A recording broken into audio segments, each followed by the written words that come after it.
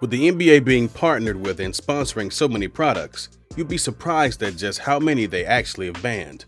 NBA stars like Jimmy Butler, Drew Holiday, De'Aaron Fox, and Montrezl Harrell were some of the notable players to wear the ninja-style headbands. Even LeBron James and Russell Westbrook rumored to plan wearing the popular ties next season. The ninja-style headband's rise to prominence was after Nike became the official apparel provider for the NBA at the beginning of the 2017-18 season. At the start of the 18-19 season, the league was allowing its players to wear the Nike Court Dry Fit 2.0, made popular by professional tennis players like Rafa Nadal and Roger Federer. NBA spokesman Mike Bass told ESPN, "The ninja-style headwear is not a part of the NBA uniform and hasn't been through the league approval process. Teams have raised concerns regarding safety and consistency of size, length, and how they are tied, which requires a thorough review before consideration of any rule change." Bass said that players who wore the headwear last season, including Butler, Holiday, Harrell, Karl Anthony Towns, and Jarrett Allen, were not penalized. Going forward, players will be fined for each game wearing that style headband. Now, other players around the league still wear the classic headband with the NBA logo on the front. In 2010, NBA champion and former Boston Celtic Rajon Rondo decided to sport the sanctioned sweatband.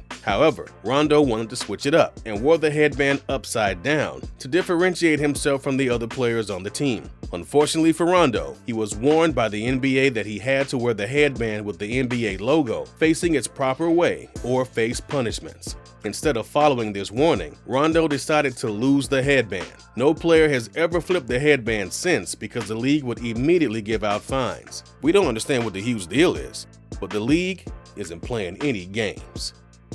Plenty of NBA players around the league over the years have had a one-of-a-kind unique style both on and off the court, and many players you see in today's league often showcase their fashion pre-game or during interviews.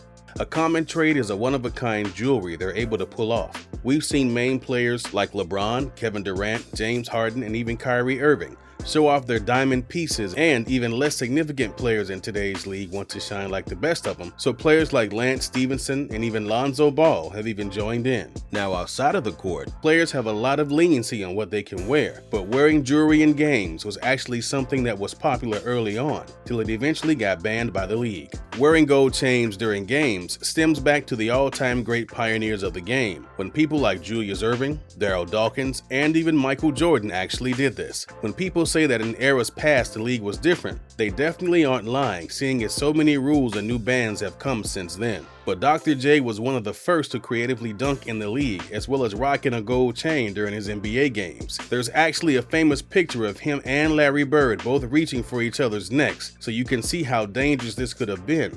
But in many instances, Julius rocked it with the Nets. Other players like Darryl Dawkins, someone who later became a teammate of Julius, went above and beyond every game, wearing multiple long chains with pendants on them that often swung out of his jersey and would fly around hitting other people. Many people like to credit Dawkins for the main reason why chains are banned because of the excessive amount and how long and ridiculous the jewelry actually was to be wearing in an actual NBA game. Even Michael Jordan wore gold chains around his neck during games at times with the Chicago Bulls. Whether he was sitting on the bench or going up for some type of iconic dunk, MJ rocked either one or two chains to add a little extra shine at times, but it was a short-lived fad that he ended up switching after controversy over them being worn in a game. Dozens of players have worn face masks in the NBA over the years. Rip Hamilton broke his nose in 2003 and wore a face mask for the rest of his career, becoming his signature trademark.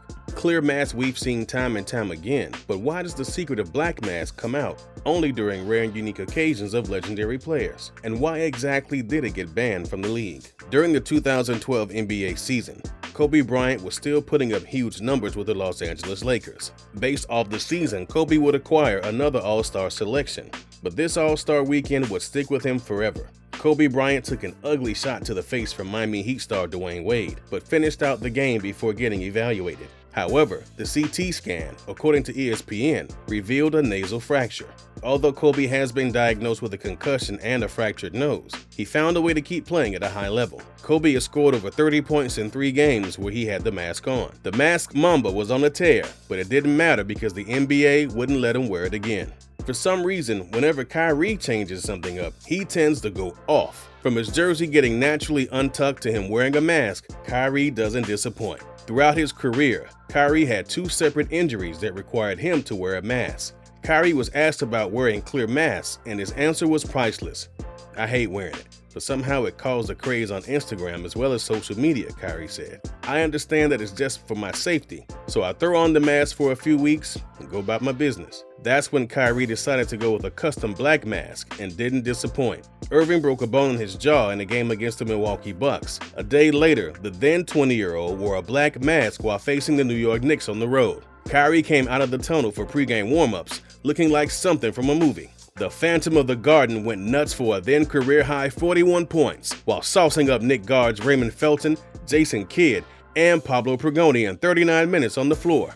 In 19 games wearing a mask during the 2012-13 season, Irving averaged 24.5 points while shooting 45.7% from the field and 39.8% beyond the arc. After the game, Kyrie would be asked about wearing the black mask instead of the clear mask. He would go on to say, "You didn't see me take it off as much, so that's a positive.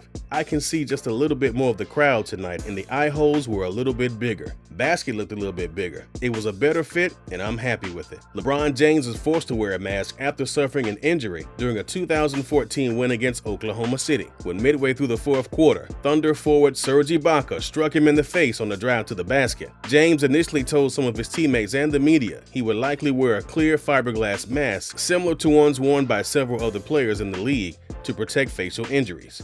But James emerged Thursday with a sleek design that was significantly more dynamic than usual. LeBron James would make a statement playing with that custom mask, looking like Batman.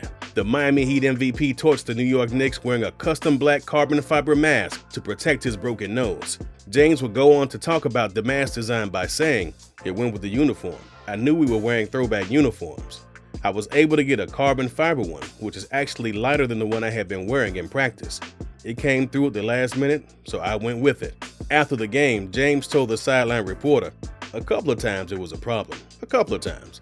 I kept seeing inside the mask sometimes before I could see a player, but for the most part, I was able to get into a good comfort zone and make some plays.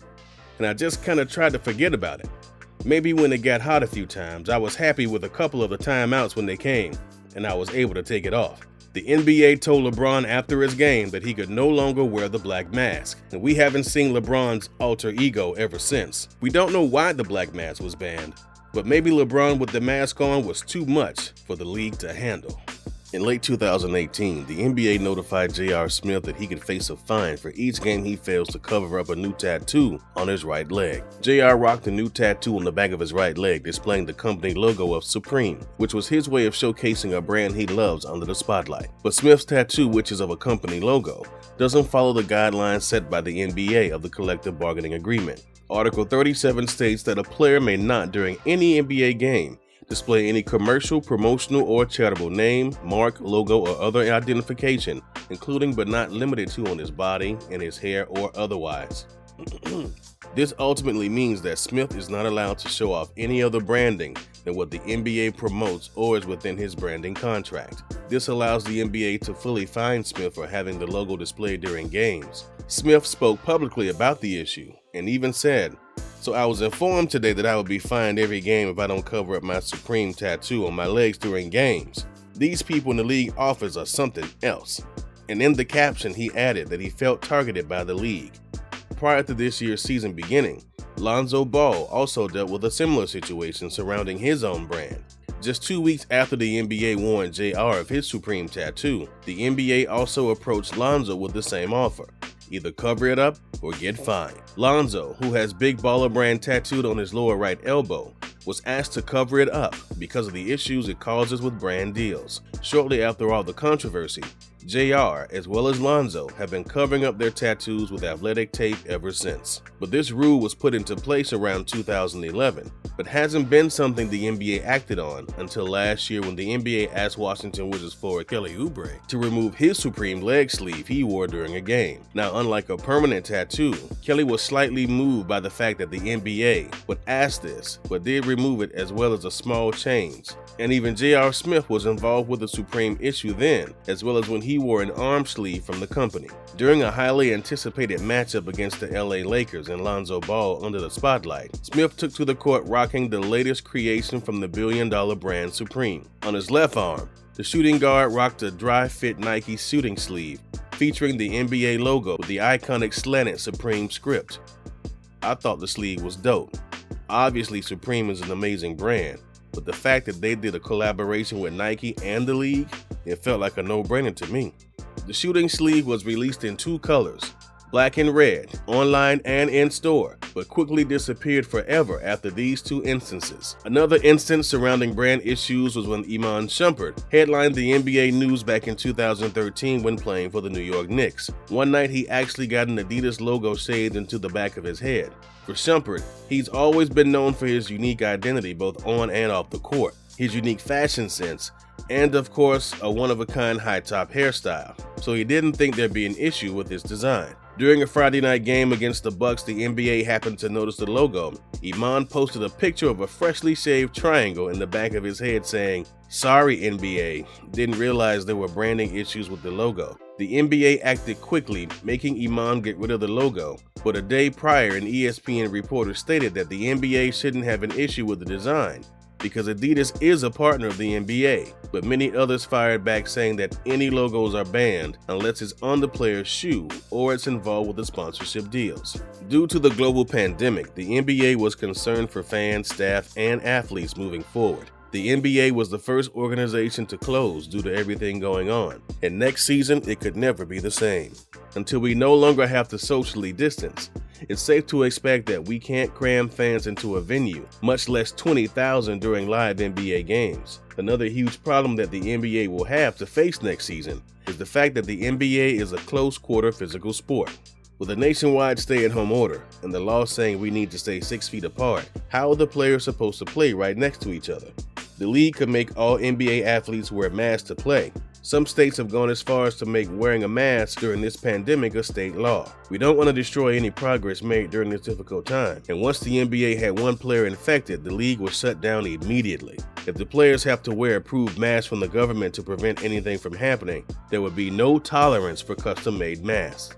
This is a serious topic, so the league would have to crack down by banning any custom masks with the potential of giving out fines. If you've enjoyed this video, then we're sure you'll enjoy the next one. Click on right now and enjoy.